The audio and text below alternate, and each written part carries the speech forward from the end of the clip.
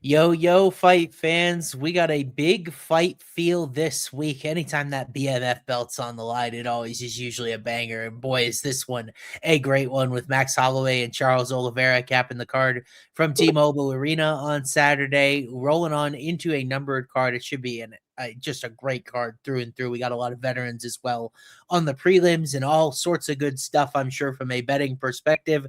As usual, we usually find some angles around here. Appreciate you all tuning in and being with us, as always, on YouTube and a variety of other platforms, wherever you are tuning in and hanging out with us. We appreciate your time because we are going to go fight by fight through all 13 fights at UFC 326 and go through it from our, as usual, prop degenerate niche angles, which we always like to take. So I'm going to bring in my man, the myth, the long shot legend, Matt Tanner. Matty, how you doing tonight, buddy? Good, bro. I'm pumped for this. This is a really good card, bro. Yes, it is. I think that the depth on the main card, it's like, wait a minute, do we have Drew Dober and Michael Johnson on the main card? And then all of a sudden it's like, wait, that fight's actually really good. So, bro. Yeah, I can't wait to wait as well. You got fight of the night in Max's last fight with Poirier because they didn't get it. I don't remember. I vaguely, like, for whatever reason, like the David Onama comes to mind, but was that card or a different pay-per-view? I don't know, but I can when see he fought Romero. Yeah, I can see a similar scenario where the Max versus Charles is a good fight, but some random fight overshadows it for fight of the night. Well, yeah, absolutely. Hey, I want to ask you, how did UFC Mexico go, buddy? Oh, I got slaughtered, bro. Oh, we gotta get on one of them. You didn't have any rounds or anything? I hit like a couple small parlays, but I got dusted on the cycles. Never stood a chance, bro. Yeah. The first time where both cycles got dusted in the prelims, like just dead. Wow. Oh, did you unplug your mic, buddy? No. Why are you losing me? I got a bad. How's that? Is that better? I can still see myself. Jay, can you hear that too? Jack, can you yeah, Matty, you're echoing. Okay. I'm on echo cancellation. Make sure it's not unplugged. It sounded like something unplugged, like in the middle of you talking. We're so back, by the way. How's that?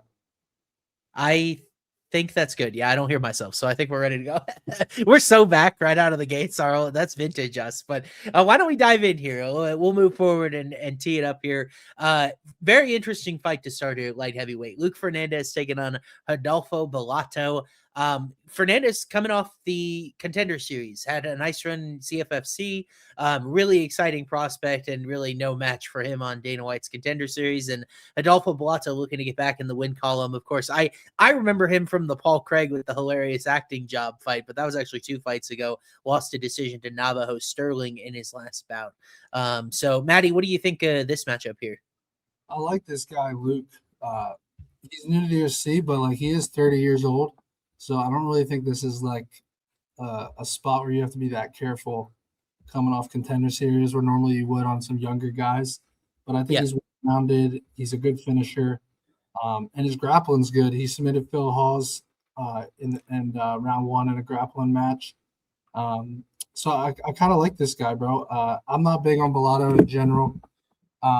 If the fight gets extended, I think it could get a little tricky here, but I kind of like Luke round 1 too.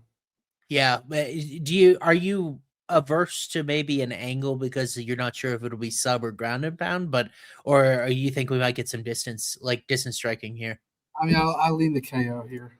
Oh, okay, interesting. Yeah, Bellato historically a pretty good sub guy. I think it's a great first test for Fernandez. He is a prospect that I really liked coming off the Contender Series. And then Bellato, the biggest thing about him, 94% takedown defense, entry level. I think he does have really good balance. Good jiu-jitsu guy. We saw that a little bit more regionally than he's kind of been in some brawls in UFC. But rather than what I think about Luke Fernandez in his fight this weekend, why don't we hear from someone who actually knows a little bit better? That being Luke Fernandez, who sat down with Home of Fight and our guy Jake Noecker. Home of Fight, they love their gambling. They got Matty bets up there with Hey Jive and Austin, Nolan, all these big handicappers. So Matty and Austin, they run a great UFC podcast every Wednesday that I produce, and it's just them going down top bottom of the card, predictions, stuff like that. Fans love it. For the show, Luke, You're minus 245 on freaking DraftKings, which is awesome.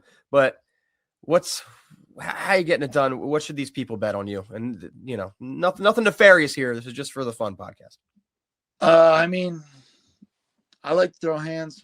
I think he likes to throw hands. So, I mean, as a gambling man, I would say there's a good chance we're going to be throwing some hands.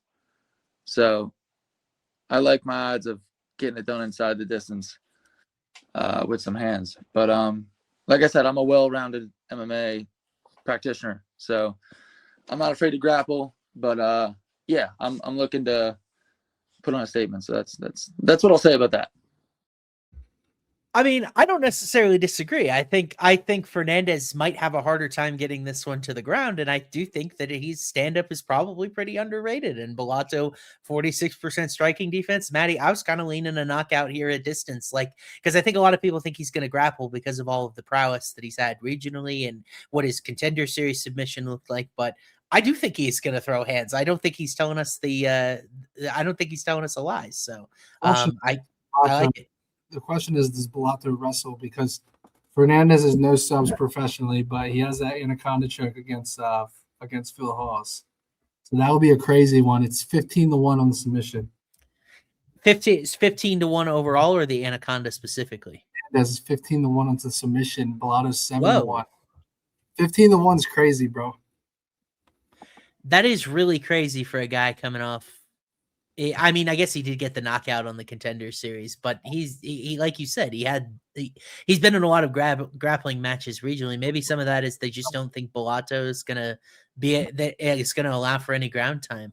Very interesting. I want to go watch that grappling match against Phil Hawes and just see the anaconda. Have you seen that clip?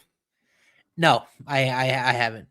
Same. I want to watch that, but I'm gonna keep an eye on that sub prop. 15-1 is insane because the club will be live too.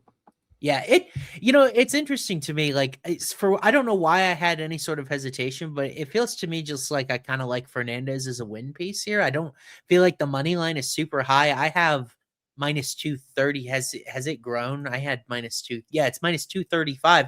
Feels a little bit like Javier Reyes, where last week when I was thinking about his fight against Douglas Silva de Andrade, I'm like, where does he actually lose it? To a guy who's 40 years old. Bellato has just been so inconsistent. I mean, Ihor Potiere had him on the ropes. I feel like Fernandez is an awesome prospect for minus 235. I'm with you. Yeah, it's weird to see the line go the opposite way. Yeah.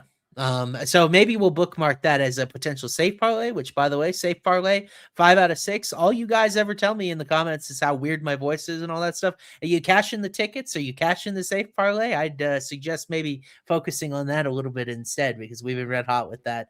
And that's ultimately, I think, what matters around here. But why don't we move on to the next fight? We had the best take on that was Luke Fernandez's take himself. Unfortunately, we don't have a Gaston Bolanos or Yeong-Lee interview. I know my guy Jake's working on it behind the scenes. Maybe we can get one, but I just want to mention on our graphic here, odds are flipped. I've got Yeong-Lee like a minus 295 favorite. If Yeong-Lee was plus 220 in this fight, I'd be all about that, man. That'd be a retirement drainer right there.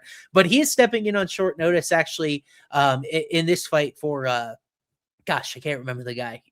Super stylistic guy from South Korea. I'm not sure. Just lost to Daniel Santos because he's clowning around. Oh, I can't remember his name now. It escaped me. I have it in my write-up. But anyway, this is Lee on short notice against Gaston Bolanos moving up to featherweight. What'd you say? It's on you. Is it Ju saying you? It might have been Ju saying you that was the guy that was stepping in here. So what do you think about this matchup, Matty, with Bolanos coming back as the underdog here? I like the favorite here. The favorite on the right, not on the graphic. I was looking at the sub on this one, but I am kind of scared that he just wins a decision here. I don't know what your thoughts are, but the sub looks like one of the more obvious ones because when Gaston loses, usually by sub. But yeah, it's a tricky one where this guy might win a decision in this spot. Let me see. I'm going to pull up my model results. Why don't you read our friend Big Maple Bet's already in here with a super chat. He's got a parlay for us. All right, let's take a look. Almost cashed the cycle. This week, his cycle is Rosas by decision, MJKO. It's about the sub. Wow, 18-1. 18-1. Okay. That's an interesting first submission, and we draw first blood on the super chats for the potential parlay. On this card. What'd you say? So do you feel like there's a lot of sub opportunities on this card? Yeah, I definitely can remember one sub that I absolutely wanted to. Oh, we got another super chat as well. There you go. Make sure to read that for our gentleman. Saeed Nurmagomedov's burner. Interesting. You gotta give us the odds, brother. Max, I assume that's Max Holloway then. Yeah. Okay. So I was actually able to model this guy. I was a little averse to doing so because I sort of wanted to take it with a grain of salt because Bolanos has fought his whole career at 135. Lee obviously going to be the larger guy here. I have him minus 154, and then most likely outcome I've got Lee by points at plus 202, Lee by submission plus 605, and then by knockout plus 648. So I'm showing a little bit of value on points, which like my favorite one, I think. The KO at plus 220 is just so short. It is. When Bolanos might actually Bolanos hasn't been bad at distance per se. He's got a plus 0.88 striking success rate. That's really his background is boxing. So I was really disappointed in Lee in his last fight against Santos. He got taken down like 6 times. It felt like his gas tank sort of expired. And then you remember the fight he had with Hyder Emil, which was just a rock'em sock'em robot brawl that ended in a matter of seconds. So I feel like Lee is a little bit of a sketchy guy to lay chalk with in this situation. For sure. I'm with you. I think decision final answer plus 260. Yeah. And then I've got the fight minus 210 to end by decision. So, and the total is wow, this fight's plus 134 to go the distance. Wow. What the heck? I mean, Lee's been the distance now twice in a row. Yes, the odds are correct. They're supposed to be flipped. We don't get Jung Young, unfortunately, as a underdog. That would be great. But we kind of had to make some movement on the graphic with Jung Young stepping in on short notice here. So odds got flipped, but I think Matty and I are kind of on the same page with a little bit of length in this fight compared to what odds makers think.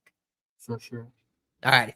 Why don't we move forward here? Let's get back up to light heavyweight. We already had Rafael Tobias mentioned in one of our super chat parlays, or was it both of them?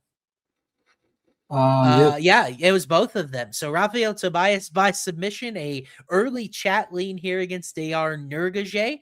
Not exactly surprising when Nurgozhay's lost consecutive fights by submission, but we'll see if he can hold off Tobias as a prospect coming off the Contender Series. Got a sub 2-minute submission on there, Matty. So this is another one of those money lines. It's like Tobias is only, in that minus 200, minus 300 range. It feels relatively playable.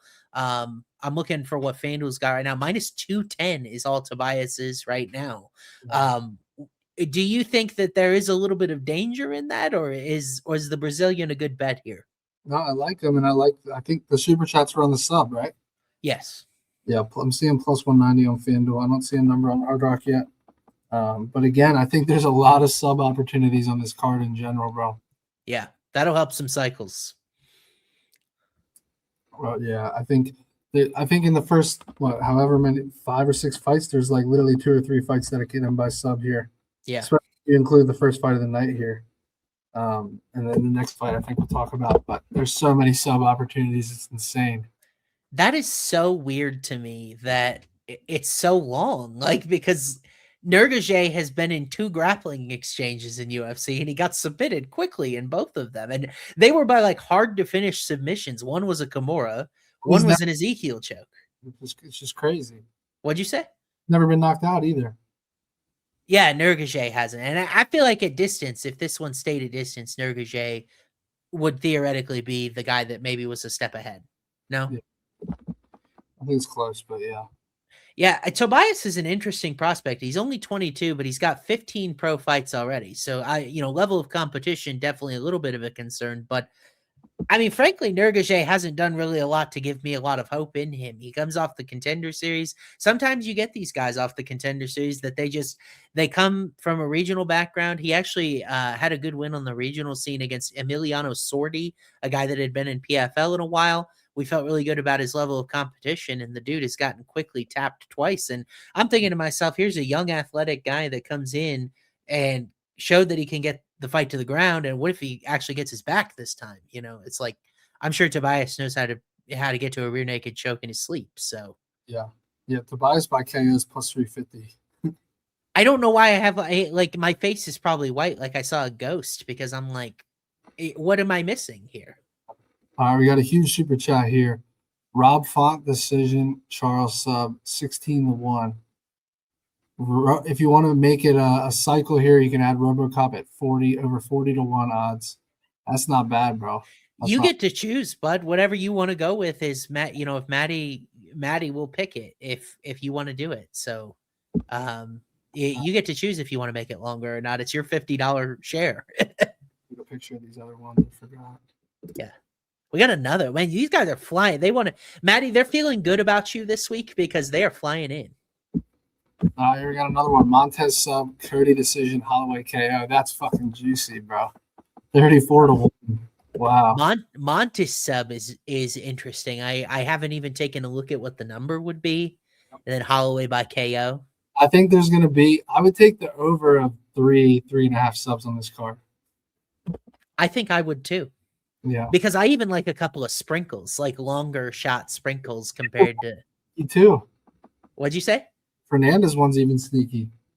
Yeah, like so Fernandez, like through the first three fights, Fernandez sub wouldn't be crazy. Lee sub is definitely on the table, and then Tobias sub I feel like is obviously the most likely outcome of the fight here. Yeah. But does it scare you at all that the number is so long? I got to be honest. Sometimes when you're doing well in UFC, you see the board so clearly. I just want to feel like am I clearly missing something here? Like, bro, it's like last week. We knew the Francis Marshall one. The Francis Marshall one was plus 105, and it was so. Yep. It was like you almost would rather be minus money because then you're like, all right, it's gonna fucking hit. They put plus 105 out there, and it just felt so short. Yeah. And it was, damn, dude. We took a stab at that KO and it just had no life. Yeah, I played round one specifically because I thought Silva might have been bad, and that was the case, unfortunately for him. We got another super chat, boys. We're on fire. KO decision, Bruno KO, Dober KO. Jeez. Not local, but a nice long shot at 20-1 odds. Not bad. I'm gonna have to start taking commission on these super chats if we got people tuning in, and we're getting them there nice and quick. But a lot of these parlays I kind of like here as we're getting them in. It's gonna be hard for me to pick this week, if I can already tell. Yeah, but good stuff, guys. We appreciate you guys, of course, tuning in. We're chalk donkeys in that fight with Tobias and Tobias sub. What could possibly go wrong on the early prelims of a pay-per-view? But Nurgozhay is a guy that's been so overrated, like in betting markets so far, because he was a big favorite over Brundage and Barriao. Remember, he was in a pick'em with Sadi Baldi, that really good guy that had fought Budai tough well, and I lost on that. It's just I feel like maybe sometimes the market will do this. I think they're overvaluing Nurgozhay still. Yeah. What's your confidence level on Fernandez money line? Mine's pretty high. Yeah, I don't think minus 235 is a bad price at all. I mean, when I've been sticking to this same formula in the safe parlay. I've been taking a money line and I've been taking a sketchy fight to start round two, and it keeps printing. Fernandez money line is on the short list of the ones I'd look at. Yeah. Another super chat. Dante sub, KO decision, Robocop KO. Oh, I can't wait till we get to Dante Johnson, bro. Somehow we've got Cody Brundage on a pay-per-view for a second consecutive one. I have no idea how that happened. I'm sorry, it's not a pay-per-view anymore, a numbered card, if you will. But why don't we first take a look at this flyweight fight, Matty, because it's another fight that I was able to model. I'd be lying if I said I loved its read here, but Mudaerji taking on Jesus Aguilar, and Mudaerji, really athletic, long guy for the division. We've seen him in some absolute wild barn burners. And then Jesus Aguilar feels like this guy's a little bit undersized, but my friend MMA RAX, he called him the Gilly Goblin because he's got that great guillotine, really that fighting spirit, that boxing. I kind of love his archetype from an entertainment perspective. I think this is a good fight. So what do you think about this matchup, man? Bro, if Mudaerji needs to fight this fight the same way Max Holloway needs to fight in the main event. Just stick and move, bro. You have a 9.5 inch reach advantage. Literally just stay away from this fucking guy and just jab his face off, and you can win a 30-27. Yeah. The question is, will he do that or not? He tends to get in these firefights like the Matt Schnell fight, which was one of the craziest comebacks in UFC history, in my opinion. But I don't really know that I trust Sue sometimes. I do think this is a candidate for the decision on the cycle, truthfully. I think it's a perfect spot for a decision. Like you have a guy with just a massive reach advantage here. What's his durability like overall outside of the Matt Schnell fight? He's never been KO'd, but No, he's it's been the submissions. Yeah. 6 times, right? So it's just like, you got to think he's improved his grappling from all these sub losses. 86% of his losses are by submission. But you have such an advantage on the feet with the reach and just speed and everything. It's like if you just fight smart, you can win this 30-27, but it's a question of will he do that? Yeah. And by the way, I have Mudaerji a little bit more likely to win a decision if it got there than Aguilar. So I think to your point, that's kind of a stick and move sort of thing. But unnervingly, dude, I told you last week with Bobby Green that was a model 3.0 heat check. Yeah. It is another heat check. I've got Aguilar 53.6% favored here. One of the weapons that I think is very interesting, Aguilar landed 25 leg kicks in his last fight. That'll be vital here to help close that reach disadvantage and kind of limit Mudaerji's movement. And then the submission stuff, which I think is a lot of what the model sees of how does Mudaerji end up losing.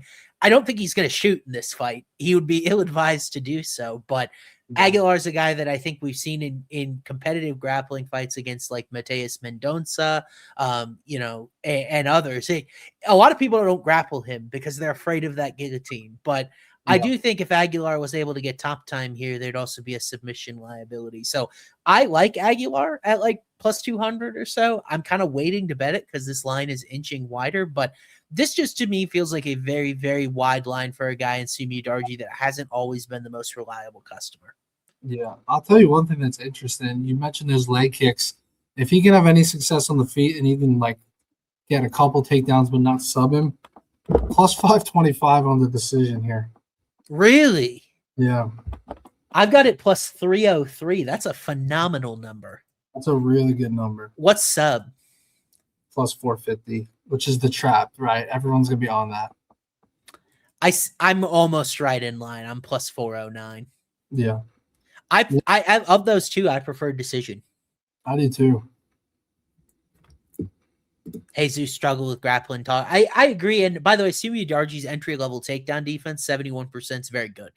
I think it's more so if you get him on his back. So you ignore reach. Well, okay. So I have built this model, and specifically one of the reasons that I ignore reach is because there is no correlation in terms of reach in individual weight classes and winning the fight. You may see on the UFC broadcast, they say this guy has a reach advantage of blah, blah, blah, but it's not controlling for all the other factors in the fight. And right now, leg kicks are too prevalent in modern MMA to a point where there are ways to overcome a 10-inch reach disadvantage. If you blindly bet reach advantages, you're going to be a losing better long-term because there is no correlation when you control it for other variables. Fair enough. Aguilar does have the shortest reach at flyweight, though, 62 inches. It's very much an outlier. It's like an extreme. No, it really is. So, yeah, I think that one is very interesting at flyweight, and we have another interesting one after that. Cody Durden taking on Nurgozhay Tumendemberel, our boy that we already have had in a cycle before. He's back in the UFC. He was kind of on that like road to UFC card that was kind of a UFC card, but it wasn't. Like Bruno Brazil was on that too. It was quite the time, and I didn't get to watch it because I guess I didn't have the right Fight Pass stuff or something, but whatever. Now we have Tumendemberel taking on a guy, Matty, you're well familiar with, another Florida guy, Cody Durden, training an American top team. It's been a little bit of a rough run for Cody of late, but when you look at his murderer's row, it's kind of forgivable. So now he's back here in a matchup with Tumendemberel. Do you think he can get kind of buck the trend a little bit? I hope so, bro. Cody's my boy. Play a little blackjack with him every now and then. Nicest guy in the world. Yeah. He's going through it in the UFC, just like you said, fighting the absolute, highest level. It's just this guy's 6-0 to the submission, and that's kind of how Cody loses. So it's a little nerve-wracking. I see why he's the underdog. But if you take anything from some of his losses, he looks good in them. I mean, we saw the Alan Nascimento fight. He looked as good as he's ever looked, I think. I mean, he looked incredible in round one. He was dominating that fight, and then he just gets caught and choked out. And it was very frustrating. But this is another fight that the sub is live. You can make the argument the sub could be live either way, truthfully. But obviously Tumendemberel has very good submission, 6-0 to the sub, coming off the the anaconda choke. He has some rear naked chokes. He has a guillotine and arm bar. He has a lot of versatility in his submission. So praying Cody wins. I'm probably staying away from it because I'm biased. Matty, this prop board is so sick. Yeah. The shortest outcome in the fight is Tumendemberel knockout plus 330. The longest outcome in the fight is Durden knockout plus 650. It's basically a your guess is good as mine type of odds board. Yeah, it's crazy. It's crazy. I mean, but I actually really like Cody here. I think that the narrative that he just makes mistakes and can get caught in things, it's at the level of Alan Nascimento and Muhammad Makayev. In general, that you remember, what'd you say? Beating the brakes off Bruno Silva, and he got caught too. Right, and he was hurt on the feet before he got starched there. But I think that Durden, I remember the guy who escaped 3 deep submissions from Jake Hadley, who's a guy that I thought was super talented in this flyweight division. I don't think Cody's a bad grappler. I don't think he's a submission liability. Tahir Limbekov's another guy that he ran into. And I'll be honest with you, I think Tumendemberel might be really bad. Like at this level, the Carlos Hernandez fight, Carlos Hernandez beat him pillar to post everywhere that fight went. Tumendemberel didn't have any success. I think Durden is going to be able to mow through Tumendemberel's 54% striking defense. I kind of like points here, but I also think ground and pound could be live at plus 650. The double chance, if you don't want to worry about it, is plus 230 knockout or points. I love what? For Cody? Yeah, Cody knockout or points is plus 230. I think it's a great number for a guy who's a plus 120 something underdog. I might have to tail that. Yeah, I love Cody in this spot. I can't believe I bet the money line already like an idiot when that prop exists. Yeah. Isn't that kind of weird that Durden's sub is plus 420, but I guess he choked out Matt Schnell, didn't he? Yeah, he has a couple. He has good submissions, bro. He has 6 submissions in his career. He got Matt Schnell. A lot of them are from a long time ago. 2020. A long time ago. He had an armbar in 2019. But he hasn't had subs recently because look at the guys he's fighting. Charles Johnson, Makayev, a lot of crazy ones. The Jimmy Flick one, I think, would go differently. I think that was a crazy loss. That was like, if there was a submission luck factor I could quantify, Durden has had such bad luck with stuff like that because it's like once in a lifetime type of stuff. Yeah, 100%. Yeah, I'm down the ride with Cody, bro. If it's model approved, then I'm not biased. Well, remember, I was not a Cody guy against Josh Van when you and I were a little bit split back in the day. I didn't love him against Nascimento. I think this is a Cody get right spot. I like it. He needs it, bro. He wants it badly. And I just think when you look at his pedigree, his level of competition, that's going to pay dividends when Carlos Hernandez took this guy down 4 times. I mean, I remember the Cody Durden that shut out Charles Johnson. Like, I still believe that guy's in there. And I don't think he's like washed at 34. He still looked good in his last few bets. Yeah, no, 100%. Let's go, Cody. Yeah, let's go, Cody. I mean, you root for it, but that's kind of why I have these models and stuff to help me eliminate that bias. But unfortunately, I don't have one here because Alberto Montes making his UFC debut up at 145 pounds. He had some injury stuff that kept him sidelined because we haven't seen him since the Contender Series in 2024. So it's been a while. And he's taken on our guy, Pretty Ricky Turcios. We were supposed to open the year with Ricky, and then Cam Smotherman had the weigh-in thing. It was not pretty. But Turcios coming back here, moving up in weight. Plus 154 is kind of what we got on the odds board. What do you think of this matchup, man? I was looking at this one for the cycle. My question to you is, does Ricky not even like wrestle here or grapple? Does he just try to strike it out? Sure. Because if he wrestles into this guy's got nasty front chokes, and stylistically is the perfect opponent to implement the front chokes against. We saw Rosas Jr. get the rear naked choke on him. I do kind of think Ricky's better than what people make him out to be, though. So I am struggling a little bit with this one, but I think Ricky by decision could be live here. I need to see what number that is. But I'll read his Montes by sub here. Dude, there's so many fucking sub opportunities. I'm gonna say it again. It's insane. We got Montes sub at plus 275, bro. That's a great cycle number. It is a good cycle number. Plus decision plus 325. Yeah, I don't think I've given you an all-in sub. This is my first, like, I really like the sub here of Montes by sub here in this spot. I don't like the move up in weight here for Reki. I felt like he was a guy that we saw against Raul Rosas and a couple other. I mean, Kevin Natividad took him down like 8 times. I feel like he's been out physicaled at times at 135. So moving up in weight, that's when I get scared that Montes is just going to have his way on the ground. And that contender series fight for Montes was terrifying, where this guy was piecing his opponent up on the feet, and his opponent kept shooting into him, and he just kept locking up these front submission attempts. He recorded 5 of them, and then finally catch that one in the second round. Assuming that all is well with his health, Montes trains at my favorite gym at the Goat Shed there. I mentioned it last week with Eileen Perez down in South Florida. I think Montes, this is as assuming health is all good, this is a good spot for him to make his debut, and he's a guy I really like. Yeah, we got another super chat here. We got 2 of them. This one's really juicy, bro. Aguilar decision. What do we say that one was? Plus 525, right? Yeah, it was pretty long. Bruno KO. I think that's like probably 3-1 or in that ballpark. And then Chiwiwi sub 110-1, bro. Insane. He's looking for his money's worth there, man. Yeah. We've seen both sides of that Bruno Ferreira, Gregory Rodriguez fight. We haven't talked about it. I'm very interested to hear where you lean on it. And then second super chat, we got Bruno fight to end by KO, Kaio fight to go the distance. Okay. And then Raul Rosas Jr. submission, 13-1. Not terrible.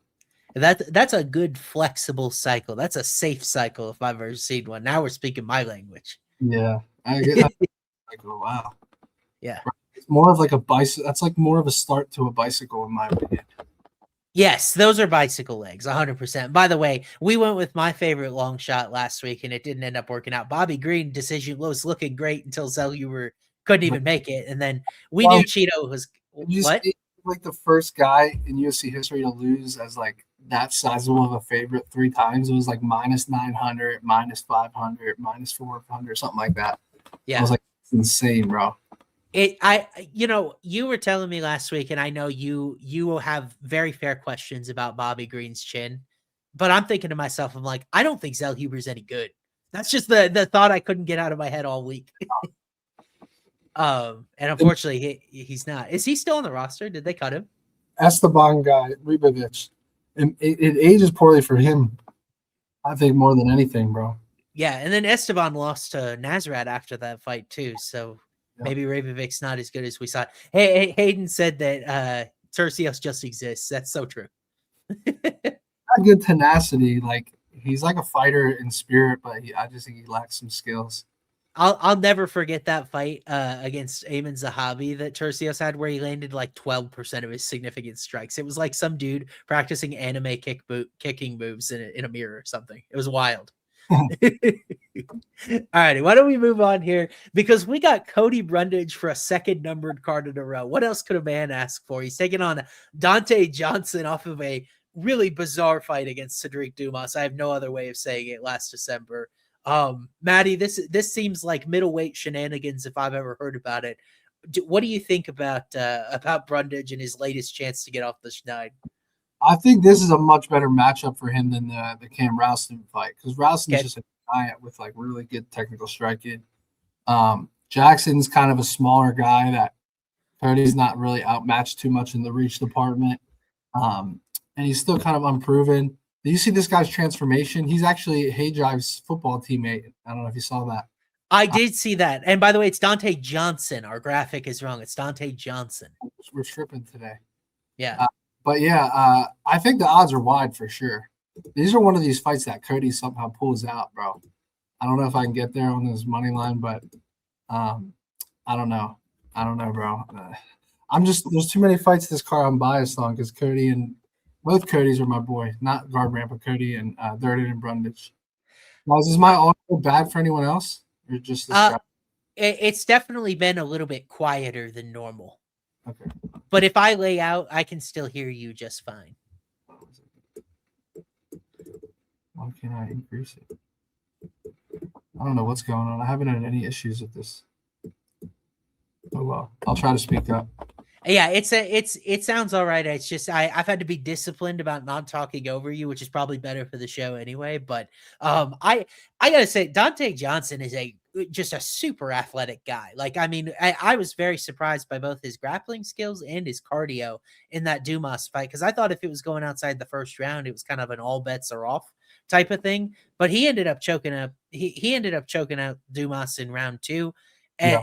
And I feel like, I honestly feel like at this point, if he's in a situation where he can survive the first 5 minutes against Cody, it's historically been a 5-minute sweat. Brundage hasn't won a fight outside the first round, and he kind of fades down the stretch. We saw that against Rouston, where I think that fight was probably stopped in like the 9th minute, and it felt like he had quit a couple minutes before that. Like, I don't think Cody taking all of these short notice fights is a good career move for him, but he's kind of become the anytime, anywhere sort of guy, where I think he's talented.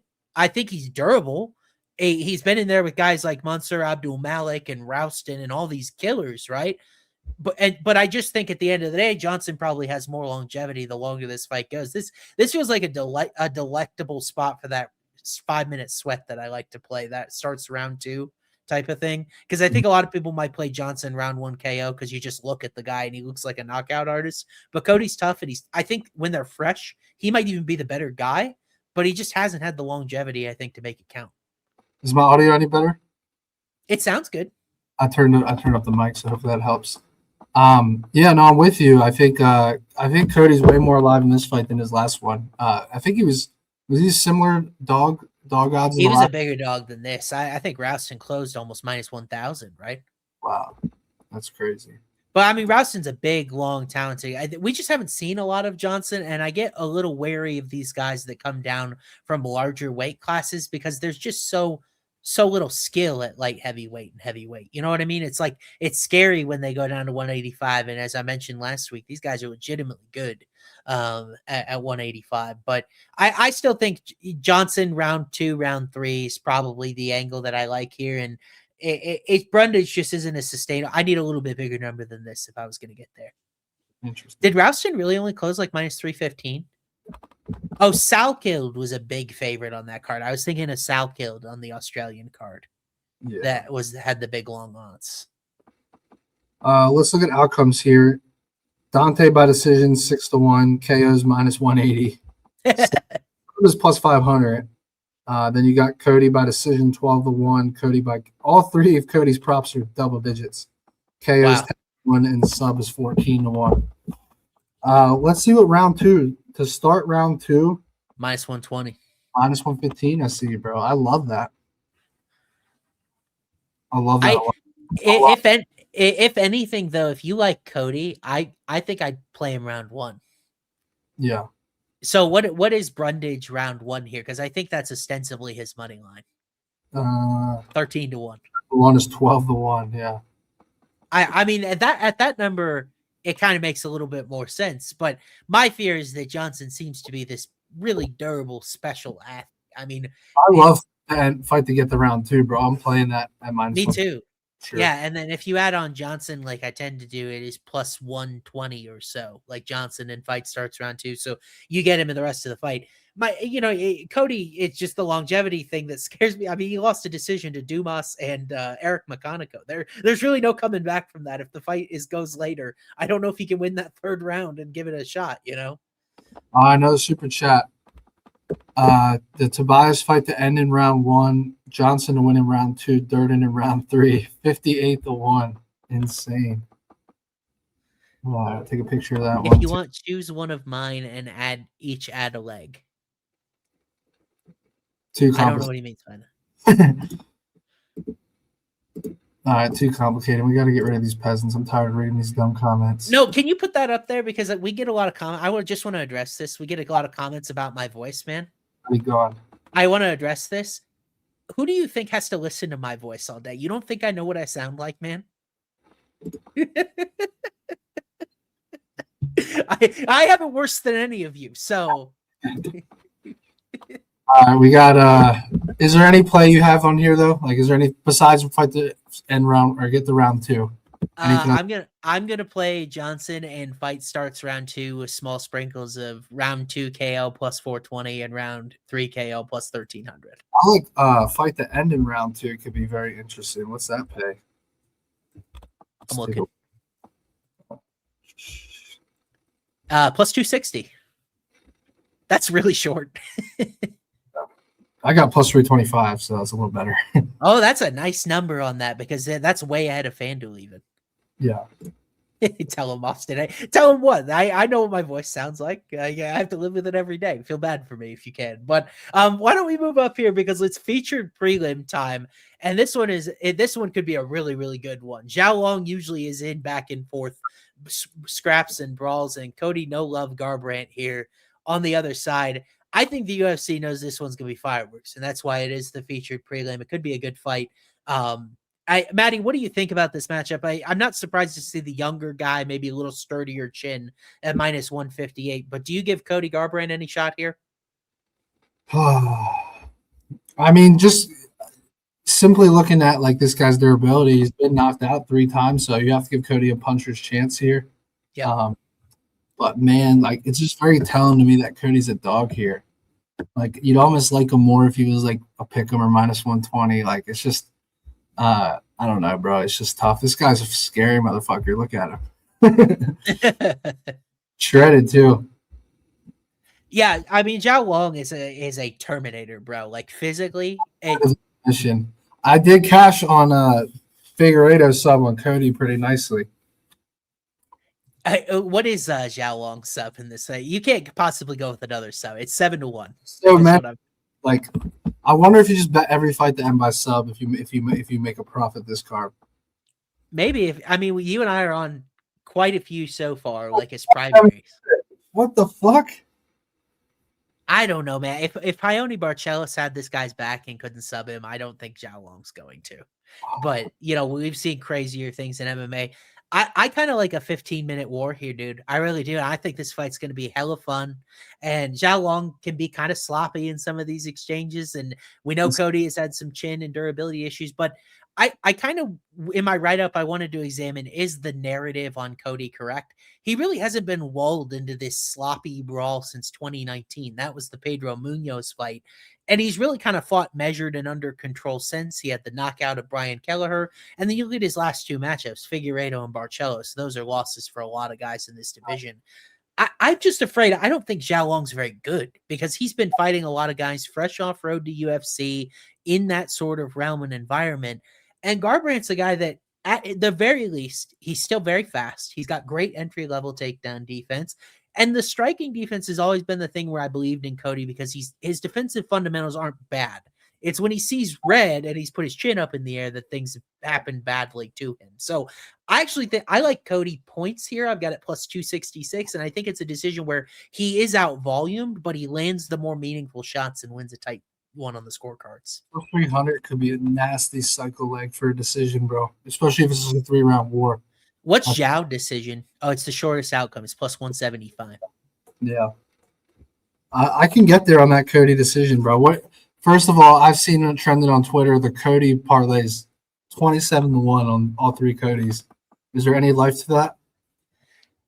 I mean, yeah, that the Brundage number is not bad. It's just putting money on Cody Brundage. It's a little bit like, last week with Jose Medina. It's like, do I really want to lay minus 800 with Ryan Gandra? And then Medina did dumb stuff against the fence and they stopped the fight. So it's like, that's my concern with that. I like Garbrandt and I like Durden. I've already bet them, period. Shout out my guy Gino at Bet Openly. I took some of you peasants' money with that earlier this week. We got a super chat. Long sub, Dober KO. Who's a decision? Maybe we throw Cody Garbrandt, and then as a decision, I pay nasty. Well, so this is Xiao Long sub though, so we can't though. Yeah, we could go other Cody as the decision. I was gonna say, what about Durden? Yeah, I like Durden decision a lot. But interesting. Let's see. I almost feel like we're gonna have to put you guys like in a hat. Like I'll get a hat with names, because we've gotten a lot of great super chats so far. No, but if I'm betting it, I want to pick it, bro. I will say Big Maple sent 2, so I'm more inclined to pick one of his because, like, if he's sending us 2, that's a lot of support. No, for sure. It increases his odds for sure. Yeah. I was 30 by decision. I'm down to ride that for sure. Nice. Let's go. I like Garbrandt and a fun fight there. But before we hop onto the main card, you guys knew what was coming next. I got to tell you about our guys at Homo Fight Picks, HOF Picks on Instagram, or Maddie's going to drop the link in the episode description how you can join these fellas, the true pros that keep the lights on at Homo Fight Picks. Nolan, unfortunately, you literally can't win every event ever. No professional's ever done it. The winning streak is busted, but he's still 13-1 in winning his last 14 events. So, like, you give him a break, okay? He's probably due to bounce back on the other side. Our guy Hajai Picks crushing stuff on the DFS front as well. Appreciate you guys joining and respecting and following out these things. You can visit winnable.com/HOF Picks. Use code HOSF. You get 7 days free there as well. Lots of ways to sign up. You can even just ask me on Twitter, how do I sign up for HOF Picks? We'll hand it to you because you do win in on this action with 2 of the sharpest guys in this entire industry. Make sure you support them and support HOF Picks. Use code HOF 7 days free. Let's go. Yeah, those guys are killers. Diner of a rematch. I'm so hyped for this one, bro. Yeah, dude. I mean, it's an interesting matchup, right? At this point in their careers, Bruno Ferreira coming off his first career decision win against Marvin Vettori, but that kind of felt like his arrival to me. Like he'd been fighting some bums and stuff before, but beating Marvin Vettori is no joke. And a guy that we've known is no joke is Gregory RoboCop Rodriguez. We've been unapologetically RoboCop guys a vast majority of his career. I remember cashing in his UFC debut against Duško Todorovic. He was like a plus 160 underdog, I want to say, in that fight. Yeah. I like RoboCop. I always have. When these two fought initially in 2023, Rodriguez got knocked out by Ferreira in the first round when we really didn't know who Bruno was. Now as they rematch, I find it very interesting. The odds are almost similar to that first fight, Matty. So what do you think about as they re-rack? We know different things can happen. What do you think of this rematch here? Bro, I think RoboCop is just dialed in. I'm kind of scared because the odds, even though he's lost to the guy, I still think the odds are a little short. But maybe Bruno just has his number. But I actually texted Gilbert about this fight, and I was like, bro, can RoboCop just take him down and land ground and pound early? I was like, because it changes the whole fight. And Gilbert's like, yeah, he should, but he's not going to. Just the definition of RoboCop, bro. He don't give a fuck. He's going to slug it out. He can come in with a game plan with his team and everything going into the fight. But when the bell rings and they go in there, he's going to slug it out, bro. So he's just got to not get caught here. But I think he's better pretty much everywhere in every dynamic of MMA. And I think he should get his revenge here. I actually love round 2, 3 here. I really like. Just because, you got caught in round 1. Don't do anything crazy in round 1. And then we've seen Bruno fade. We've seen him get subbed in round 3 against Abus Magomedov. So I think rounds 2, 3. And we've also seen RoboCop get late finishes. The Brad Tavares fight in round 3. I believe he had another one, right? I think in round 2 or 3 as well recently, if I'm not mistaken. Which fight am I referring to? Did you already say Tavares? Tavares, and then... Yeah. There was one more. The Chitty fight, it was round 2 after he rallied. And then he got in the round 4 with Cannonier, but and then Hermanson was a crazy finish, bro. That was a crazy. Oh my god. So I don't know. It's tough because RoboCop could sleep him in round 1 too, but I do think if he fights smart here, it's his fight to win in rounds 2 or 3. Yeah. I am not playing Bruno Ferreira here. And I don't think my model is going to force me to. I have RoboCop minus 160 in this spot. Not as wide as I would have thought. You know what I mean? I would have thought that RoboCop was maybe a little bit bigger of a favorite than that. Yeah. Because I feel closer to the odds than that. I think Bruno got a little bit lucky in their first fight. When you look at the body of work that RoboCop has, especially when Ferreira hasn't been awesome defending takedowns. Remember, this is a guy that was taken down and submitted in round 3 by Abus Magomedov, one of the biggest gas bags in the entire sport. I mean, Gilbert's so right about that I don't know if RoboCop has always taken the correct game plan, the correct strategy. But Matty, this is one of those spots. I love the RoboCop sub. He's never scored one in UFC. It's only plus 420. I think Ferreira is a really durable guy that's got a pretty good chin.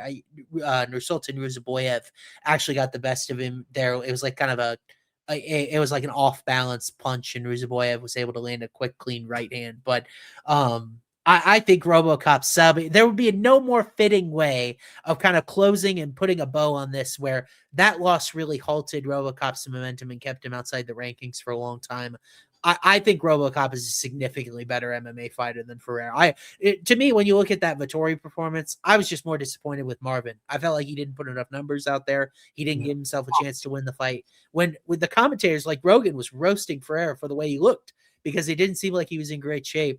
We know RoboCop's going to come in great shape. The Cannoneer fight, he kind of faded down the stretch, but this is only 3 rounds. Yeah. I like RoboCop by Hurricane late too, and I kind of like that sub number 2. Yeah, I can't play him on the sub because he never fucking goes for it. But I will play round 2, 3 here. Do you think, I mean, it's possible. What I kind of am thinking about waiting is I think it's possible Ferreira has a good round 1 and I get a live entry like on a prediction market or something with RoboCop going into round 2. Yeah, I mean, dude, the round 3 I think is like 8-1. I think it's 8-1, and that's either outcome round 3. Why are the numbers so bad in this fight, man? Where's all the rake going? Yeah. I mean, the best I see in the model is Ferreira decision. I've got it plus 497. I think it's like plus 900 or something. But I just don't believe that if they get outside the first round, Bruno can actually win 2 rounds.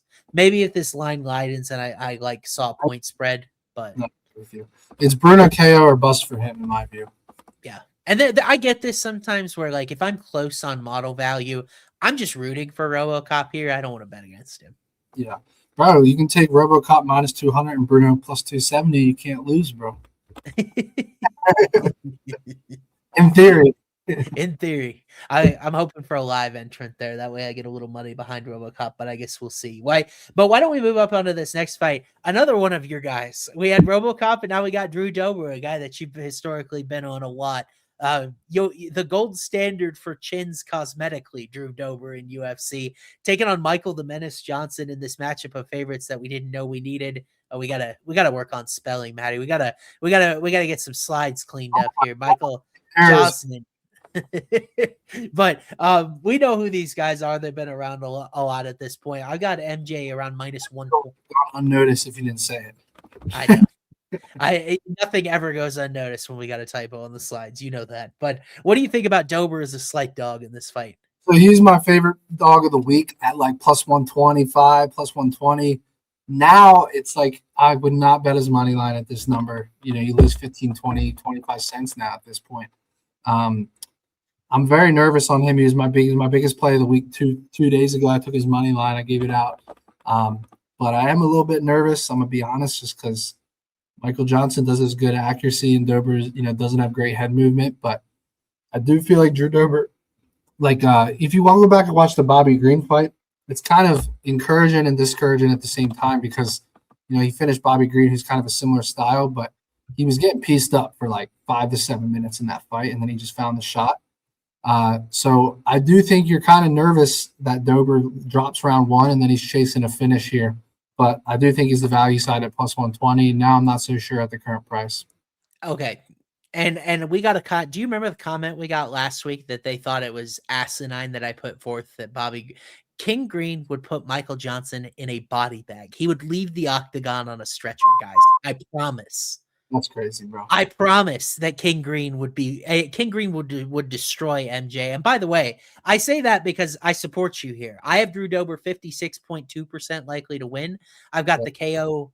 What do I got? I got KO at plus 265. I've got decision at plus 428. So it kind of likes a longer fight than current odds indicate. But I think MJ doesn't really have much of a chin left at this point. You look at his last few wins. It's a good story over guys like Darius Flowers or Zell Huber or whoever you want to throw out there that he's beaten. But Dober in his recent setbacks is guys like Manuel Torres. It's Renato Moicano. It's like guys at the top of the sport, completely different plane of competition. So I've not historically not always been the biggest Dober guy, but I feel like when you talk about durability here, when you talk about power, I think if one of these two guys has grappling upside, it's not the guy that's 0-5 in UFC by submission. I like Dober's money line specifically here because I don't think the sub would be insane. I like the decision, and then the knockout, of course, favored. So Dober money line, and give it to me all the way up to minus 120. Even if this line flips to him as a short favorite, I still think it's playable. Let's go. Our line. What do we got? We got a super chat here. Tumendemberel sub, Dober KO, Rosas decision. That feels kind of semi-sharp, bro. It's not bad. It wasn't Tumendemberel Xiao. Oh, it was like plus 300, plus 400, somewhere around there. I can't remember now. Yeah. It's got to be up there because the other two legs are short. Yeah, I'm telling you, man. I spent 15 minutes with money on Tumendemberel against Carlos Fernandez. I'm very convinced that guy's a bum. Plus 400 on the sub for Tumendemberel. That's not a horrible number, though, given Cody and his tendencies. Good, for sure. All righty, man. Why don't we move up to the third to last fight on the card? We've had Rosas in a few of these cycles so far.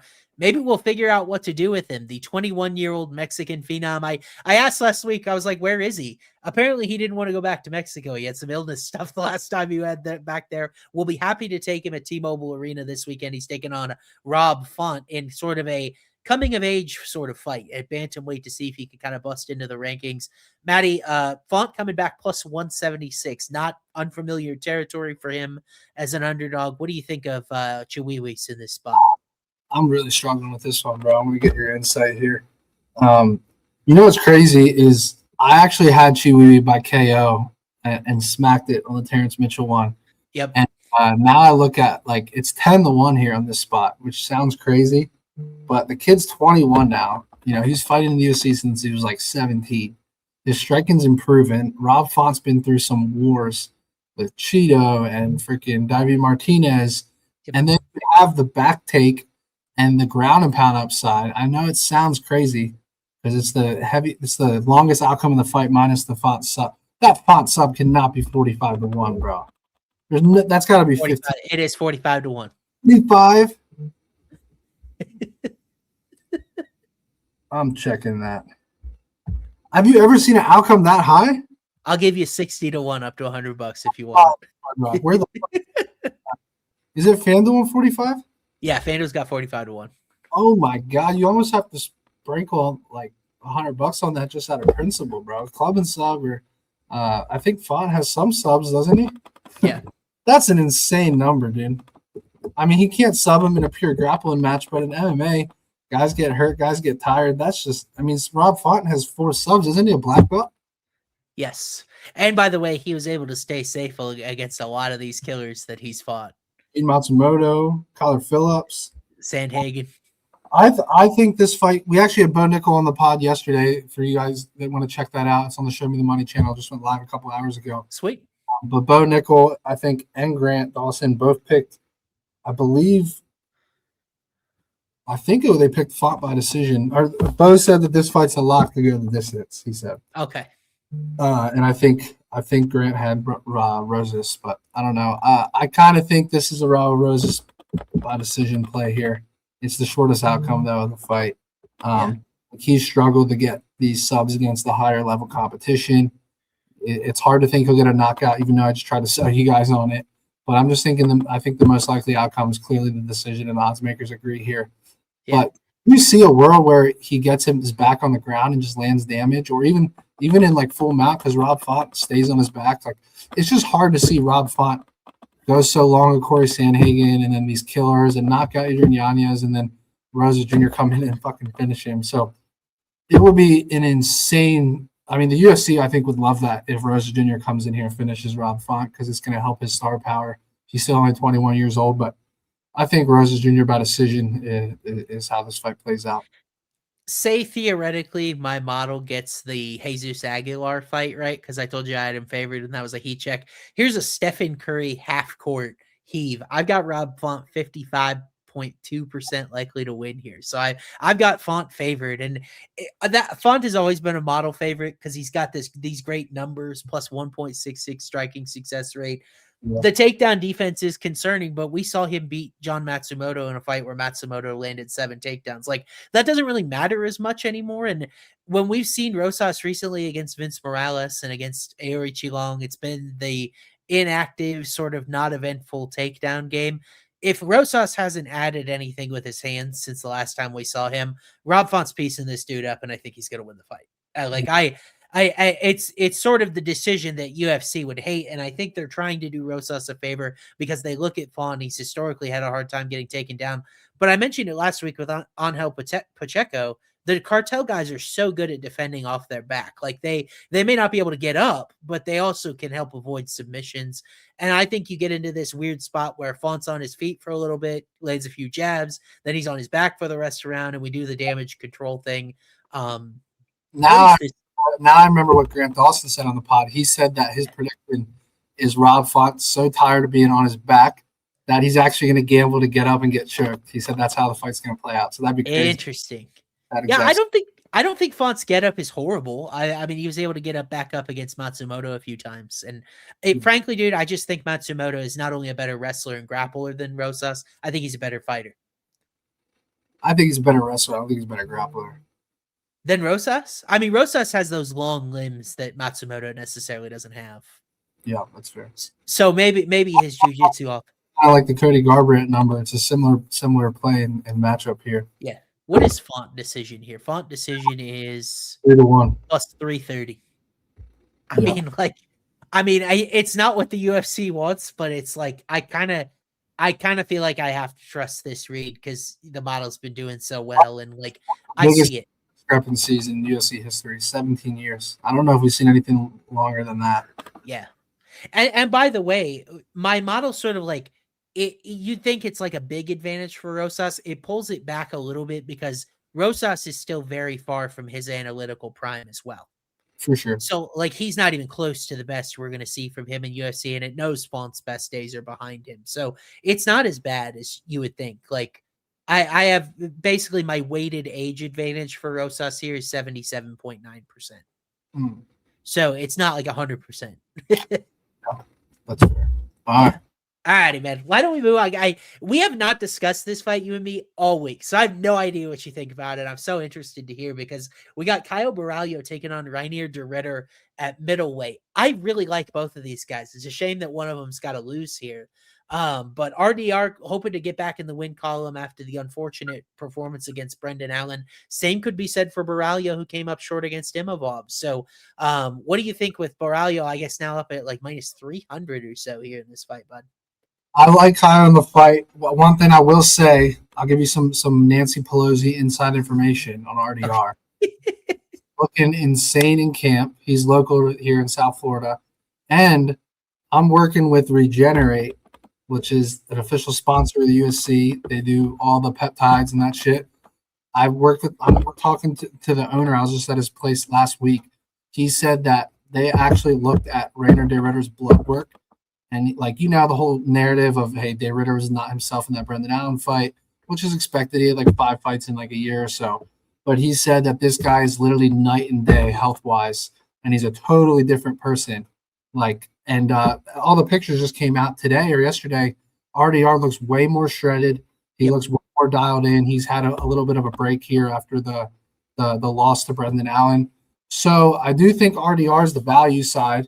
But I think if he doesn't hurt Caio in round 1, I think he's kind of still toast here. So take all of that with a grain of salt and take it for what it's worth. But I will say that I still like RDR in that Brendan Allen fight, bro. I do think, obviously, a lot of fighters have excuses after losses, but I guess what I'm getting at here is I do think it was a valid. If you're ever going to give a fighter a valid excuse, I think fighting 5 times in 1 year is a very good excuse in my view. And he was not himself health-wise, which I verified.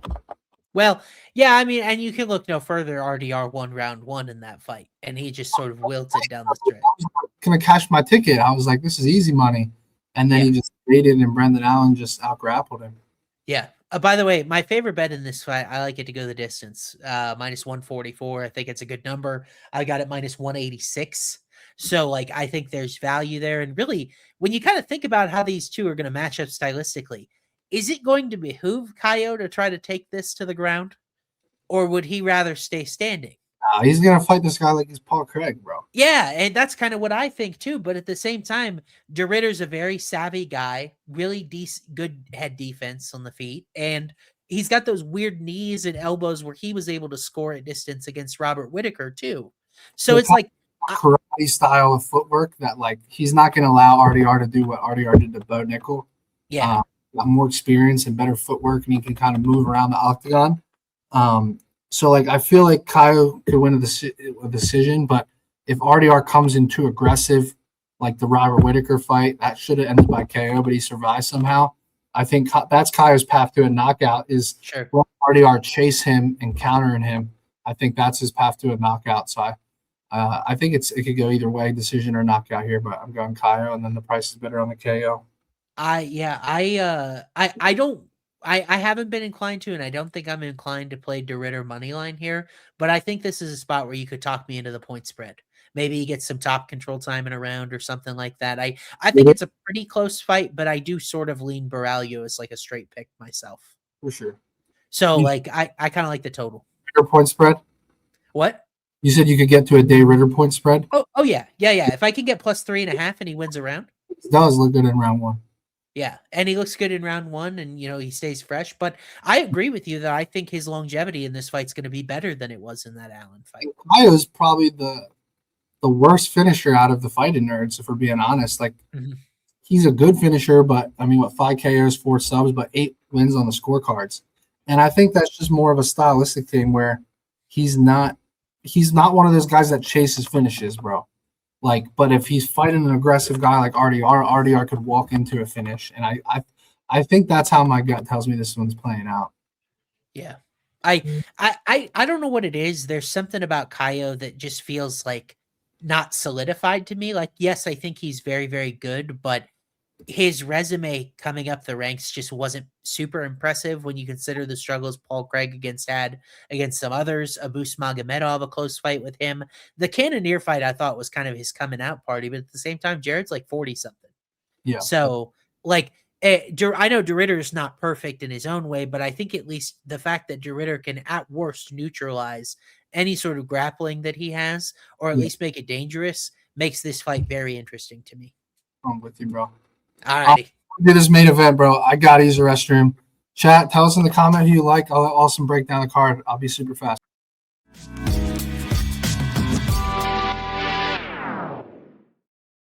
Well, I mean, our intro bought him like 10 seconds. So if we were going to have that, I don't want to say anything about this. This is too good of a fight for me to just ramble, and Matty doesn't hear my takes on it. So I guess that I'm going to open the floor to you guys. What is your favorite prop on the entire card of what we've gone through? As far as the other 12 fights that we've got, what is your favorite prop on the entire card as far as a finishing outcome? And make sure to put the odds in there as well, because I can give you my thoughts on it. If you have any questions, let's see. I'm on the hottest win streak in sports betting. I bet. I'm sure your AI model has developed a way to get through at the end of the day.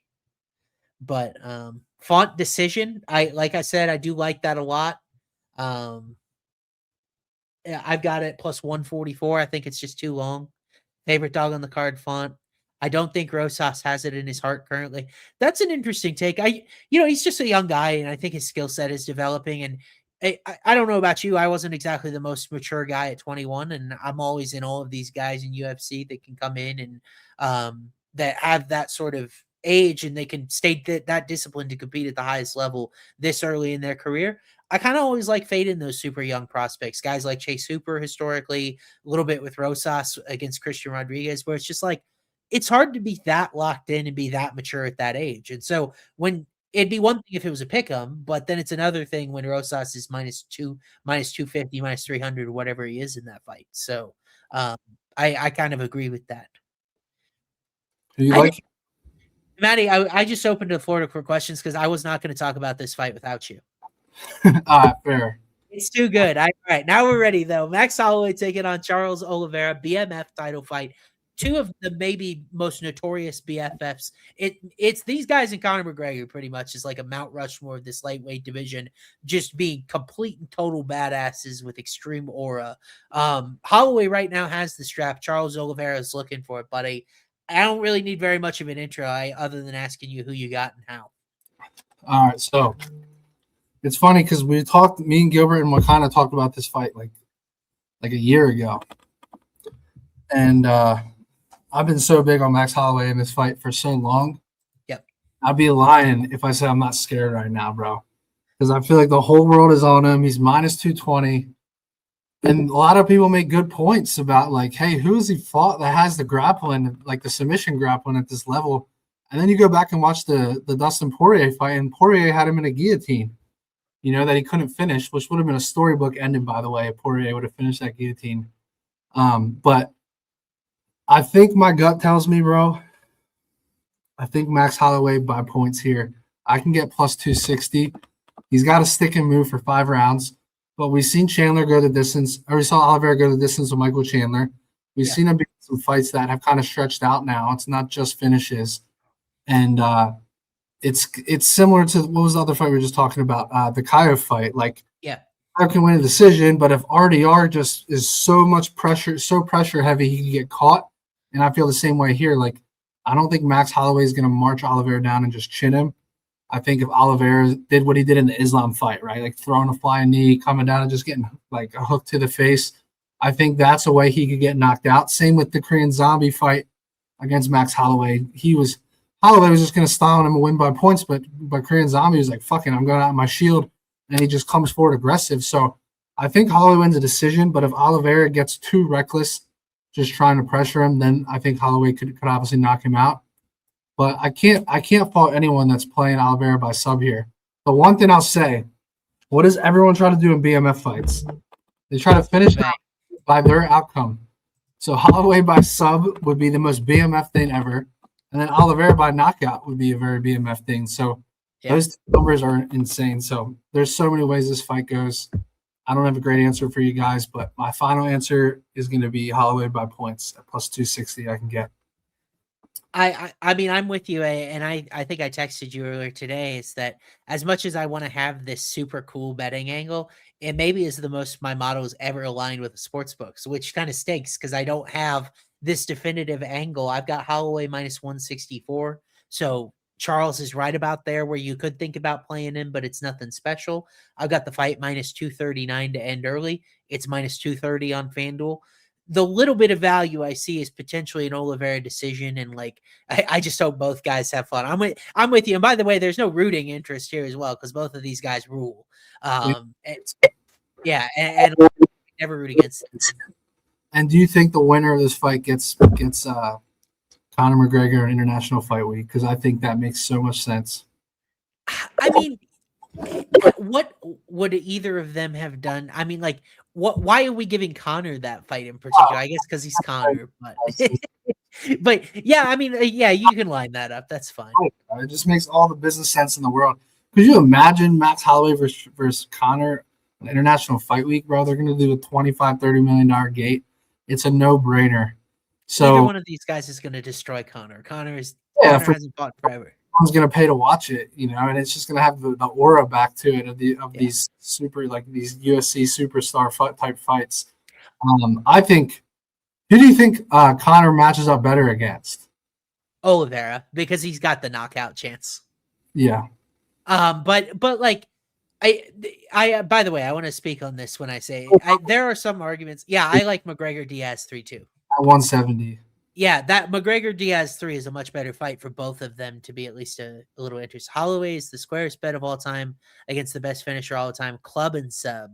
I will say this is that Holloway, by some metrics, if you look in my particular analytical world, his record for significant strikes in a fight, 455, most all-time career significant strikes, 3,655. Those will probably never be broken. You could argue he's potentially, from an analytical sense, the greatest fighter in UFC history, because when you think of what has to go into that, it's the takedown defense and the grappling defense, the cardio, the fight style, and kind of the lack of power to not put guys out early to be able to accumulate all of that. So I think he is a guy that I have a hard time ever betting against from that perspective. But I will say, what keeps this fight interesting is he's not a guy that carries a lot of power. And I feel really good about Oliveira's cardio, especially if you see him in the Chandler fight. He went 5 hard rounds. Yeah, he's in good shape. And if this thing gets into the 3rd or 4th round, I think all bets are off. Oliveira could win a round with a backpack, and all of a sudden now you're sweating Max at decision at plus 230 when Charles was 12-1, and it's a very, very close fight. if you can avoid that sort of power early that's historically given Oliveira trouble. So I do think Charles is probably a little bit wide. But at the same time, Holloway's a guy that just puts such great numbers out there that it's hard for me to envision Oliveira winning 3 rounds to 2 in a prolonged fight. I remember 6 months ago, we were debating, not me and you, but just Show Me the Money guys. We were debating who'd be the favorite, and now Holloway's minus 225. Yeah. So he's definitely wide here. I mean, what would this price be if Oliveira didn't come off a nice submission win? You know, like if Oliveira's coming off of what was the fight before Gamrot? The Topuria fight, yeah. Imagine if he's coming off of that fight, Holloway might be minus 300 here. Yeah. And I don't really care. Like for this, I don't care that Oliveira went out earlier against Topuria. What'd you say? To be fair, Topuria chinned both of them. Yeah. I would say I thought Topuria was out grappling Charles in that first round slightly. Yeah, I mean, he let Charles back to his feet before the knockout that ended it. So, I know your model doesn't have an answer, but what's your gut say on this one? I mean, it's hot. I can't look away from that. I will say a trend that bothers me greatly going into this fight is it feels like the chalky main event favorite has absolutely gone up in smoke every single main event this year. So I'm kind of eyeing that Oliveira points number at 12-1. It's very interesting to me. It is a crazy number, bro. If Holloway stays safe. Yeah. This is such a hard fight from an outcome standpoint, bro. Because even if you like Max, you can't confidently tell me it's a knockout or decision. And if you like Charles, all 3 outcomes are all live. Like literally all 3 of them. I don't care what those prices say. All 3 of those outcomes are live. We saw the Chandler decision. We've seen him knock out guys. Even the Justin Gaethje fight could have been a knockout if he wanted the knockout. Yeah. Could have went with ground and pound. So Max actually made up a good point when he was interviewed. I think yesterday, he was like, "Bro, you can't underestimate Charles striking. Charles clipped Michael Chandler on the feet. Charles clipped Gaethje, and you know the guy is fucking so much better than people think in the striking department." So, and Justin said he's the hardest hitter he's ever faced, which is crazy. Yes. And Max is a completely different fighter if he's moving backwards, and usually Oliveira is the guy that is pressuring. So that dynamic will be interesting. Can I give you a DFS square here, by the way? I've been giving out prize picks and underdog lineups in my Discord channel the last few weeks. I like Oliveira to get a knockdown here. Max went all this time without a knockdown. What? What's the price on that? I will double check if I can have an underdog like multiplier right now. But Max went all this time without a knockdown. He's been dropped in consecutive fights. He's now 34. Maybe a little bit. The chin starting to crack just a little bit. And Oliveira hits hard. I like it. Yeah, bro. This is the hardest. From an outcome standpoint, I think it's the toughest fight of the year to bet. Yeah. Like, you can't confidently pick one of these 6 outcomes and be sure of it. I guess you could Max by KO. Like if you're really bullish on that, I get that point of view, but it is the shortest outcome though, Max by knockout. No knockdowns yet on underdog because they're too busy laying off all the people that would produce that line. So I hate a lot of this trend in the sports betting community because it feels like if you're not betting the most popular things, it's like they're doing away with it. If you run a sports betting company, keep your niche sports alive. Because there are people out there that want to play them, and it's part of the consumer experience. That's all I got to say. 100%. All righty, buddy. You ready to build some parlays? We'll do it. Before we do so, I want to plug Home of Fight Cards, guys. We just had John Anik and Kenny Florian on the Anik and Florian podcast rip some cards the other day. You want to hear something crazy? Kenny or one of them pulled a $90. I'm blanking on the name now. It's a lower value name that you would never think is $90. I can't remember who it is now. But what I'm getting at here, guys, homeofightcards.com, $60 to rip a card. You automatically get a card that's valued at least $30 up to $1,700. So it kind of feels like gambling, but it is not gambling. I promise you, we're going to rip cards on Friday's stream. We don't have cards that we can do right now, but plenty of inventory. There's tons of good cards on there. Go check it out. Tweet me, DM me on Instagram. Let me know what you guys pulled and how you like the experience. But we've gotten an insane amount of feedback. So I just wanted to plug that real quick. Let's go ahead and build some parlays, bro. I'm going to let the hot hand go first. Austin is 5 of his last 6 on the cycle parlay. I cashed last week for $1,200 on the safe parlay. I cashed for $1,200. I think the people want a cycle from you, bro. I'm gonna be honest. I saw some comments asking for it. Can we get a model cycle parlay? I'll see. I put out in my Discord, I put out a model cycle if I have one. On the smaller cards, I haven't had one, but I think I got one this week I could throw out there. Yeah. All right. Let's Can start you your hear safe parlay. Let's start your safe parlay. Then I'll do a cycle, and then if you have it in you, we'll do a model cycle, and then we'll wrap up here. Okay, I'll look. All right. I think I stay with the tried and true formula, right? I'll go with a slight total, and then I'll go with a money line I like. Yeah. What do you think about let me throw these names out there and tell me which one you like the best at the odds they sit. Luke Fernandez minus 235, Yeong-Lee minus 295, Tobias minus 210, and then Montes minus 200. And is by far. You like Fernandez the best there? I'm good with it too. I just think Bellato kind of sucks. Sorry to Rodolfo. I don't mean anything personal, but when you act your way out of a Paul Craig fight, it's a tough scene. I think I know I already think I know it, bro. Tell me if I'm wrong here, but I think you're going to go Fernandez money line, and then I think you're going to take the fight to reach round 2 in the Cody Brundage fight. But that is plus 165, so it's a little. I don't know. I don't know if I'm going to go there. I think. Let's see. What do I got here? You could just go 2 favorites on this card. Man, RoboCop. Oh, dang. I wish it was a 2.5 that I had for RoboCop Ferreira, because I would go under 2.5 there. I can get under 2.5 at minus 300, and it gives you minus 113. Oh, dang. What do you think? Yeah, let me double check. See, I kind of like RoboCop round 3, so I think it's a sweat. I do think it. What do you have available for fight doesn't go the distance? This one feels expensive. It's like minus 460. What I'm looking at. Right, so that's going to be like minus 130, probably. Yeah. What about? You could go Xiao. I don't think you'd like that price though. Oh. Because if you go Xiao, you're at minus 107. That's not bad, bro. Luke Fernandez money line minus 240, Xiao Barriao minus 275. That brings you to minus 107. Or you go Rob Font fight to go the distance is another option. Okay, how about this? Because the model likes the total in the Xiao fight. Fernandez money line, Xiao fight starts round 3 is plus 101. I like the money line way better, but it's your parlay. What money line? Xiao money line over fight to start. Oh, round. No way. I'm showing value on Durden. All right, so then fight to start round 3 in the Xiao fight, I'm seeing minus 260, and that brings you to minus 104. That's perfect for you. Yeah, I got plus 101 on FanDuel, so it's right around even money. I'm going with it. Tried and true. Type it, you want me to? Yeah, I'll type it in here. We got our safe.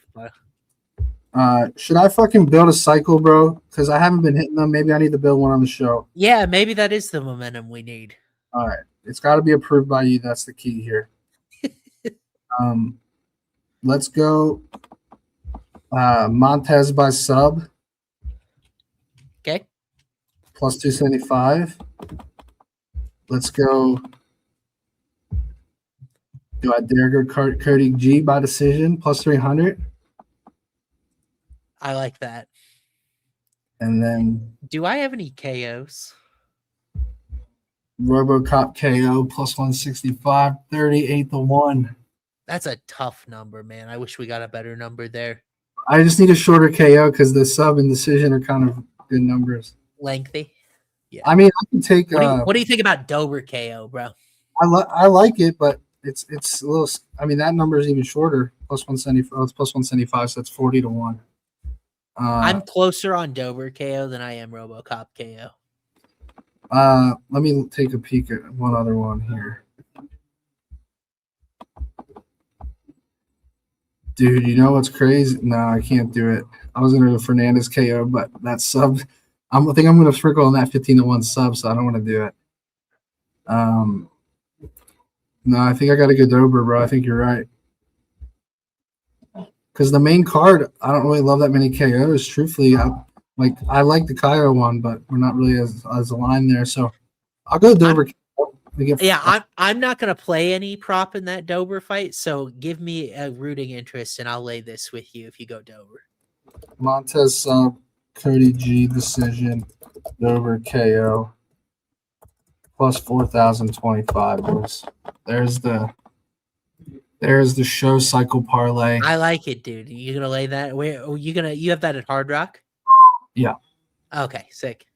Can you get a Austin 316. get a better number on that? I'll double check after the show. But Okay. All right, let me pick someone's cycle real quick, or I guess launch. I'm gonna scroll through these. We got Max KO, Kaya decision, Dante sub. I'm gonna pass on that one. We got Tumendemberel sub, Dober KO, Rosas decision. I'm gonna pass on that one. We got Long sub, Dober KO. I'm gonna pass on that one. We got the levels parlay builder. I'm gonna pass on that one. We got Bruno versus Robocop to end by KO. Kyle fight to go the distance. Raul sub. I'm gonna pass on that one. Aguilar decision. Bruno KO. Chiwiwi sub. I'm gonna pass. Dante sub. Kyle decision. Robo KO. 31-1. Pass. Kyle decision. Bruno KO. Dober KO. I'm gonna pass. Oh man, Montes sub. Cody decision. Holloway KO. I think I might have to play that one, bro. isn't that just basically max in for Dober with the one we built just now? And because if the first two legs hit, then at least we have two options to hit one. Yeah. I'm doing some tinkering with one of Big Maple's because he put 2 super chats in for us. I want to see what number I can get on this. Okay. That's a really, it's not a good number and it's not a long shot per se. I was gonna adjust his cycle so that we would play Rosas Font ends decision, Johnson Dober ends KO, and then Tobias sub. You put all those together, it's like 6-1. I'm playing Dustin Robinson's, bro. Here it is. What you got? We're in for $50. Montes sub, Cody G decision, Holloway KO. What's that pay? Like 1,600 roughly? That's a nice little one that hits for him. That one, yeah, it's basically like 1,600 for his half. Let's go. That's the one, bro. It's going in. Do you want to try a model cycle or do you want to wrap up here? Let's see. I don't know. We can also post it in a day or two. I just don't think I've got a KO, to be honest with you. Yeah, that's fair. It's which sucks. But there are a lot of non-models KOs I like. Like The Fernandez. well, let me check. Durden KO is not horrible. Johnson KO is kind of like a Over, bro. If you're gonna run a cycle, you've been so bullish on him. I think you get him and then you pick your 2 other ones that are model approved. Hold on. I'm gonna build right now, and I think I got it. All right, but I'm gonna go Dante Johnson as my KO leg because it's chalk and I like it.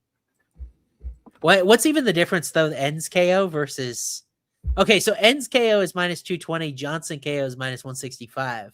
I almost feel inclined to just play the fight to end KO instead. you get -210 on the fight to end by KO. Let's do Yeah, it. I kind of feel like just playing 2 ways if I'm gonna be because I'm gonna play a long decision. Who's your sub is the big question. You can go Lee, Aguilar. I kind of like RoboCop. Oh God, yeah. I mean, the dude just got subbed by Magomedov, bro. It wasn't that recent, but Oh, I mean, but I don't even think the Aguilar. What is Aguilar points here?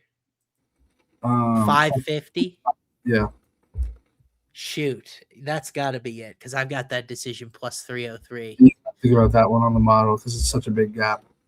and then All right. I could play a shorter sub here too. You could take the Cody Durden fight to end by sub, or you can go You could take the RoboCop fight to end by sub. No thanks, just give me RoboCop. Yeah. I love that so much. He hasn't locked anything up. It's only plus 420. That's it. RoboCop sub, There's plus 350. Aguilar points, and then Brundage Johnson ends KO. It's 48-1. Ooh. All right, you want to type that one in? I will. Yeah. Dustin, you don't have to do anything besides pray, my dude. Just got to pray, and then next week if it hits, you got to remind us on the show, and I'll pay you out. That's all you got to do. Someone even commented that Dustin just pray. Oh, Aguilar decision, not sub. I almost mistyped that. Yeah. Plus 48.12. I'm going to shop these, by the way, before I officially put them out as plays. Because I'm just using FanDuel and Hard Rock to build, but I might have a better number somewhere else. There's the adjusted model cycle because we don't have a knockout, but I'll put that one in there as well.